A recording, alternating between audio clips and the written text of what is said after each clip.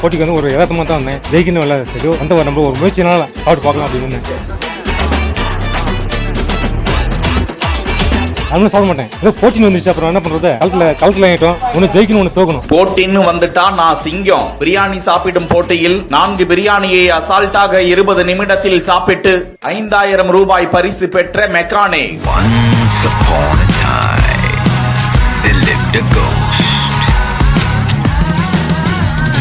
போட்டியில் கலந்து கொண்டு பிரியாணியை ஒரு வெட்டு வெட்டிய பெண்கள் உட்பட 50 பேர். நாமக்கல் சேலம் சாலையில் செயல்படும் தனியார் ஹோட்டல் ஒன்றில் பிரியாணி சாப்பிடும் போட்டி நடந்திருக்கிறது. போட்டியில் கலந்து கொள்ள 150 ரூபாய் நுழைவு கட்டணம் என்ற நிலையில் பெண்களும் இளைஞர்களும் ஆர்வத்துடன் போட்டியில் பங்கேற்றனர். ஆரம்ப நிலையில் ஒருவருக்கு 3/4 கிலோ பிரியாணி வழங்கப்பட்டு அதில் ஸ்வீட், வேக வைத்த முட்டை மற்றும் வெங்காய பச்சடி வைக்க அனைவரும் போட்டியில் கலந்து கொண்டு 2 பிரியாணிக்கு மேல் சாப்பிட முடியாமல் திக்கி திணறினர். அந்த பகுதிக்கு யதார்த்தமாக வந்த நாமக்கல்லை சேர்ந்த மெக்கானிக் பிரபு என்பவர் போட்டியில் கலந்து கொண்டு 1.5 கிலோவுக்கு மேலாக சாப்பிட்டு வெற்றி பெற்றதாக அறிவிக்கப்பட்டார். அவருக்கு 5000 ரூபாய் பரிசு வழங்கப்பட்டது. பிரியாணி சாப்பிடும் ஆர்வத்தை தூண்டும் வகையில் இந்த போட்டிகளை நடத்தியதாக ஹோட்டல் உரிமையாளர்கள் தெரிவித்தது குறிப்பிடத்தக்கது.